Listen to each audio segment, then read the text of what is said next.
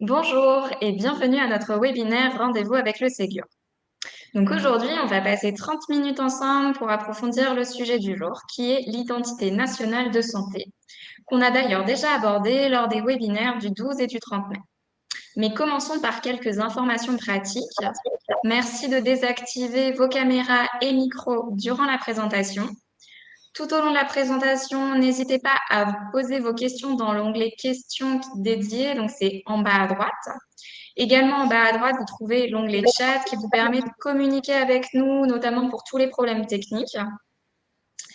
Comment va se passer la session du jour? Eh bien, écoutez, ça va durer une trentaine de minutes avec 15 minutes de présentation et 15 minutes de questions-réponses. Et maintenant, on va passer à la présentation. Donc, moi, je suis Élodie, je suis chargée d'appui au GCS Guyasis et je suis accompagnée aujourd'hui par le docteur Thomas, qui est notre conseiller médical, référent INS et télémédecine au GCS. Et pour la partie technique, on a également Marie. Mais le GCS, c'est quoi? Le GCS Guyasis, c'est le groupement de coopération sanitaire de la Guyane. C'est un groupement à but non lucratif détenu et gouverné par ses membres qui sont les établissements sanitaires, les établissements médico-sociaux, les professionnels de santé libéraux à travers leur URPS et les réseaux de santé. Le GCS, il traite des sujets de e-santé sur le territoire. Nous sommes en appui pour les projets numériques dans le domaine de la santé auprès de nos membres et nous aidons à la mise en place de la stratégie nationale dans le numérique en santé en suivant les axes définis par l'ARS. Le fonctionnement du GCS est donc assuré par ses membres et le financement des différents projets est quant à lui sous couvert de l'ARS.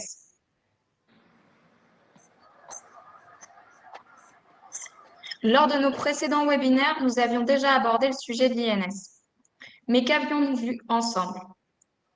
L'identité nationale de santé, c'est une identité qui est unique et pérenne et qui permet de faciliter l'échange et le partage de données entre les professionnels qui prennent en charge l'usager.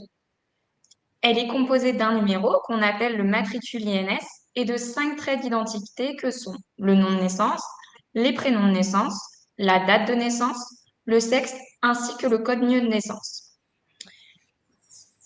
Ces données, elles sont issues des bases de l'état civil. L'identité nationale de santé permet donc la bonne identification du patient et de ses données de santé. C'est un gage de sécurité, quel que soit le lieu de prise en charge de l'usager. L'INS, elle sera présente sur tous les documents médicaux transmis, que ce soit sous format papier ou sous la forme de flux dématérialisés. Nous allons maintenant approfondir cette notion qu'est l'INS et ce qu'elle implique. Et pour cela, le docteur Thomas va être notre interlocuteur privilégié. N'hésitez pas à lui poser vos questions dans l'espace dédié, il se fera un plaisir de vous y répondre en fin de session. Alors, docteur Thomas, avec l'arrivée de l'INS, qu'est-ce qui se change? Bien, tout d'abord, bonjour à tous. Je suis Gilles Thomas, le conseiller médical du GCS Guyasis, également chargé de l'identité-vigilance régionale.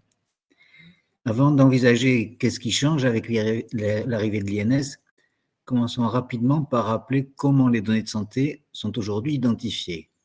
Actuellement, nous sommes identifiés dans les structures de santé par un numéro patient certes unique, mais différent pour chacune des structures au sein desquelles nous avons pu être pris en charge.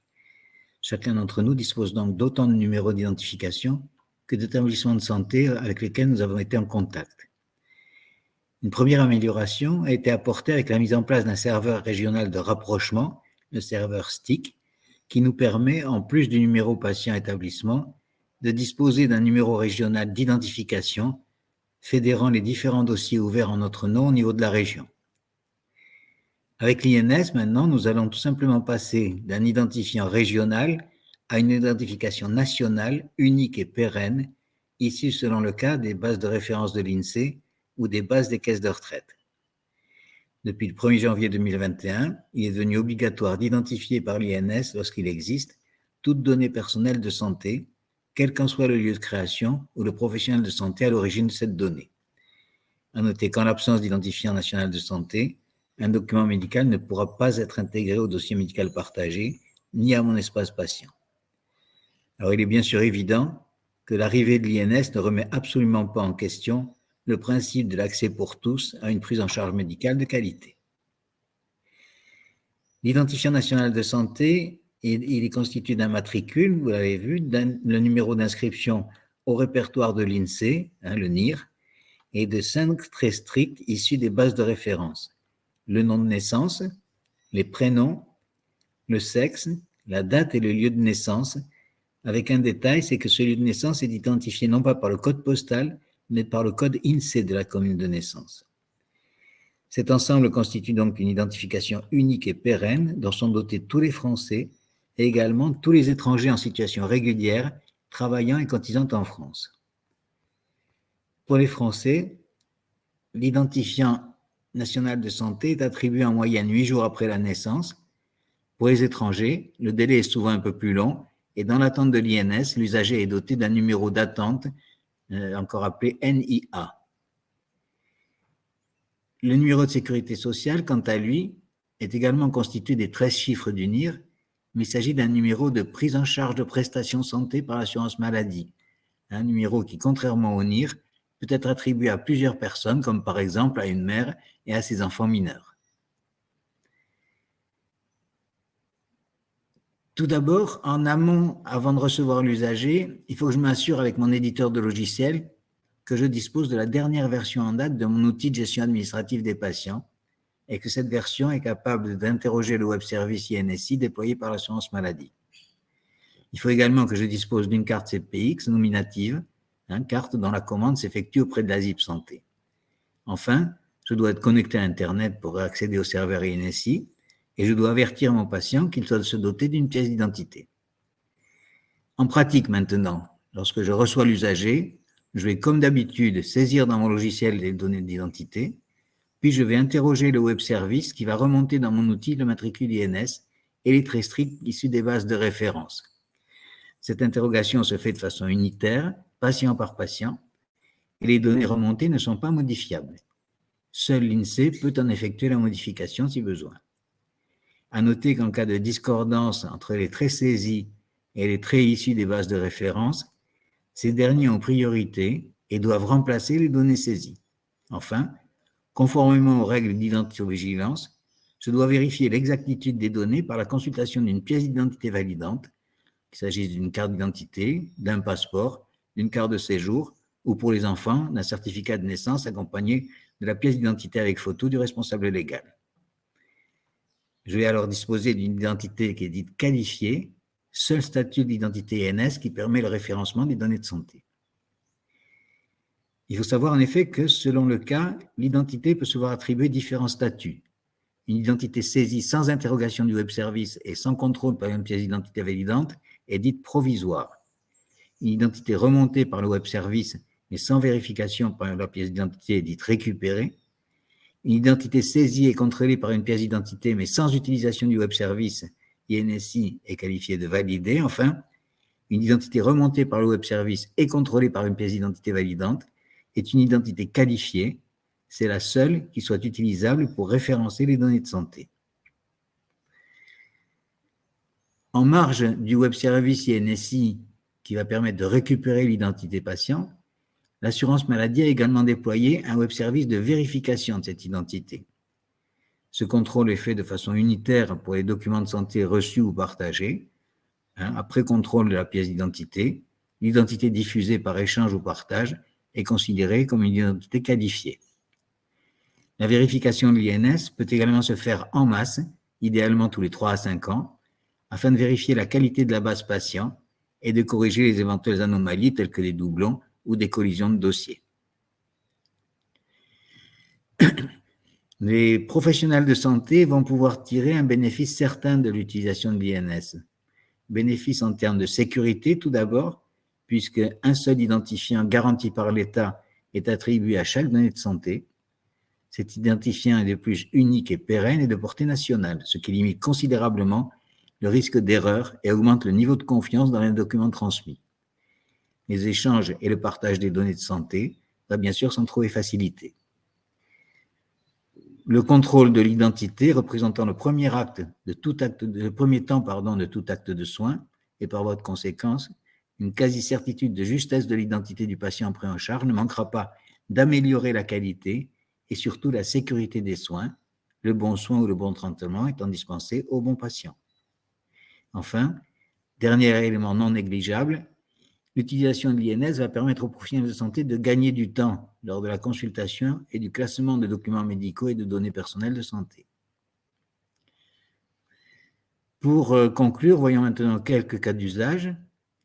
Pour créer une nouvelle identité, je vais saisir les traits stricts dans la base patient.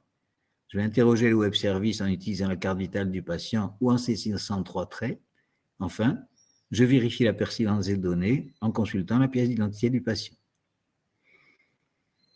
Rattacher un document à un dossier existant devient maintenant particulièrement simple et avec un risque d'erreur minimisé, puisque document et dossier sont identifiés exactement de la même façon. Troisième cas, l'existence d'un web service permettant le contrôle en masse des identités contenues dans la base patient rend simple et rapide le contrôle de la qualité de cette base, et ce d'autant plus que les dispositions réglementaires n'imposent ce contrôle qu'une fois tous les 3 à 5 ans. Enfin, la confiance dans l'identification des données de santé va bien sûr favoriser leur intégration dans le dossier médical partagé et leur consultation à partir de ce dossier, à condition toutefois de disposer d'INS qualifiés. Enfin, un INS permet d'échanger en toute sécurité des documents médicaux qui pourront être classés sans risque d'erreur dans un dossier, nous l'avons vu, porteur de la même identification que les données de santé.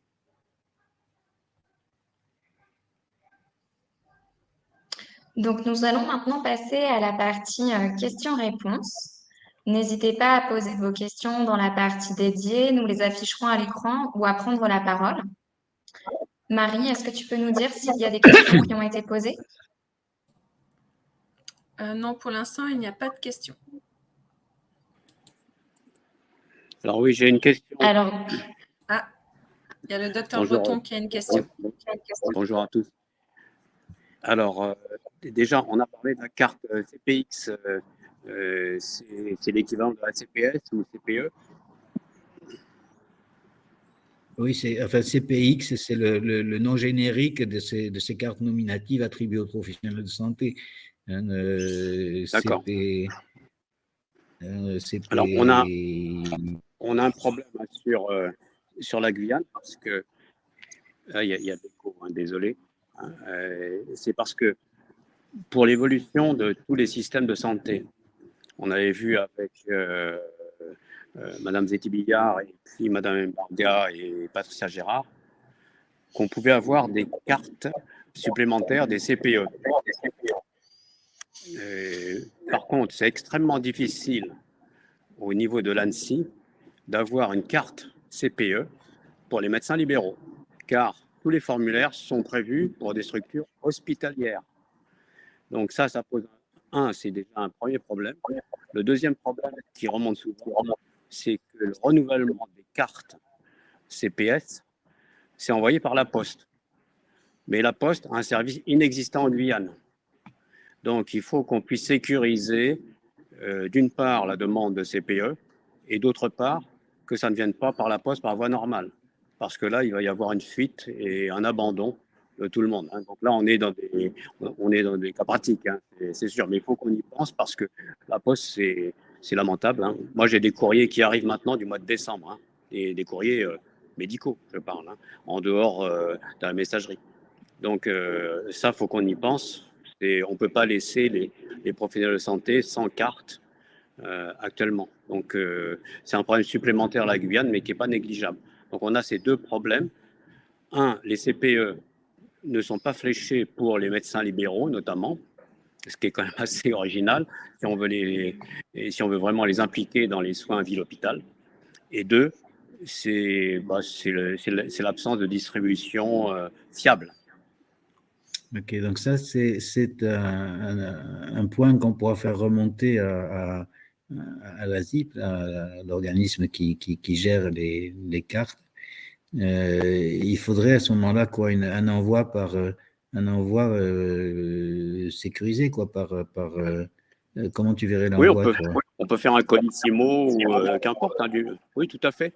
Et ça, il faut qu'on y pense d'emblée parce que j'ai vu des tas de confrères et on a des remontées. Vraiment, ils désespèrent, quoi. Ok. Et si on veut les inciter à s'impliquer dans le système, s'ils ne peuvent même pas avoir leur carte, on va être un petit peu pénalisé.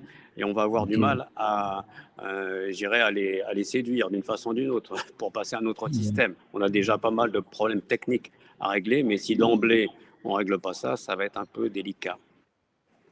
Ok, mais c'est une notion que j'avais pas, mais que je ne manquerai pas de faire remonter à la ZIP. Il y a également la possibilité, je ne sais pas si tous les confrères sont au courant, de la mise en place d'une ICPS, c'est-à-dire d'une CPS qui soit dans le téléphone portable et non pas une CPS physique qu'on met dans le lecteur. Donc ça pourrait peut-être également faire l'objet d'une communication, la façon Ah oui. de transformer sa carte physique en ICPS, hein, et ça permettrait de régler un certain nombre de problèmes. Oui, il faut voir après l'intégration avec les logiciels médicaux et si ça fonctionne correctement. Enfin, les nouveaux logiciels qui sont validés, je parle bien. Bon, ça, je m'en occupe et puis je te fais un retour dès que j'ai des nouvelles.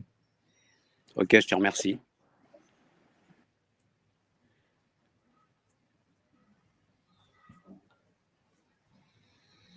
Avez-vous d'autres questions?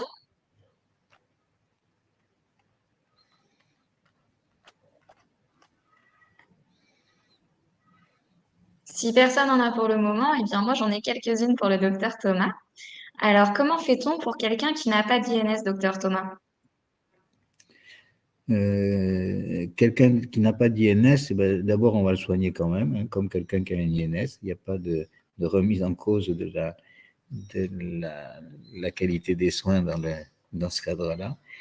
Et puis, on va l'identifier comme on fait actuellement, c'est-à-dire qu'on va l'identifier en saisissant ses données d'identité, c'est très strict, en lui attribuant un numéro d'établissement et en rapprochant les différents numéros d'établissement dont il a pu être doté pour lui attribuer un numéro régional, hein, avec l'utilisation du stick. Il était prévu, avec le déploiement de l'INS, de débrancher les serveurs de rapprochement d'identité à la fin de cette année. Il est évident que dans pas mal de régions, et la Guyane en fait partie, ce débranchement en fin d'année est inenvisageable et le stick sera maintenu largement après cette échéance qui nous avait été imposée de la fin de cette année. D'accord, merci. Et comment fait-on quand il n'y a pas de connexion Internet? Donc, il n'y a pas de connexion Internet, on ne peut pas interroger le web service INSI. Donc, on va pratiquer en plusieurs temps. On va saisir les données d'identité du patient comme d'habitude, lui attribuer au niveau de l'établissement son numéro d'identification établissement. Et puis, quand l'Internet revient, quand on retrouve une connexion Internet, soit on interroge le stick, soit on interroge le web service INSI, hein, de façon à terminer la démarche et à lui attribuer un INS, soit si c'est un usager qui ne peut pas bénéficier d'INS, à ce moment-là, on interroge le stick et on attribue un numéro régional d'identification. D'accord, merci. Et le GCS, dans tout ça, il peut m'aider pour mettre les différents process en place? C'est la raison d'être du GCS, hein, d'assister les professionnels de santé qui en sont membres. Et la quasi-totalité des professionnels de santé, tous secteurs confondus, sont maintenant membres du GCS GUIA 6. Et l'assistance et la formation des professionnels de santé à l'utilisation des outils fait partie des vocations du GCS. Donc, bien sûr, le GCS peut aider les professionnels dans la mise en place de l'INS. Merci. Est-ce que vous-même, vous avez d'autres questions? N'hésitez pas si vous en avez d'autres. En attendant, je vais vous parler de nos prochains événements. Alors, nous vous invitons donc à nos prochains webinaires qui approfondiront, comme ce jour, une thématique liée au Ségur de la santé. Donc, on a le 9 juin à 14 h la messagerie sécurisée de santé, le 13 juin à 11 h Pro Santé Connect, le 16 juin à 14 h Mon espace santé et le dossier médical partagé, et le 22 juin à 10 h 30 un spécial cybersécurité et sensibilisation au RGPD. De même, nous vous proposons des sessions dédiées sur la mise en place de l'INS en pratique et sur aussi tout ce qui va être le rappel des règles d'identito-vigilance en vigueur en Guyane. Donc pour ça, n'hésitez pas à nous contacter, on sera un plaisir de vous accompagner. Un questionnaire de satisfaction va vous être envoyé. Merci de prendre quelques minutes pour y répondre. Ça va nous aider à améliorer nos événements et à les adapter au mieux à vos besoins.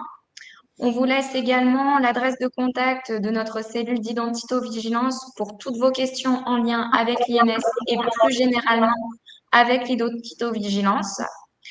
Je vous laisse quelques minutes encore pour poser vos questions si vous le souhaitez et sinon je vous dis merci et à bientôt.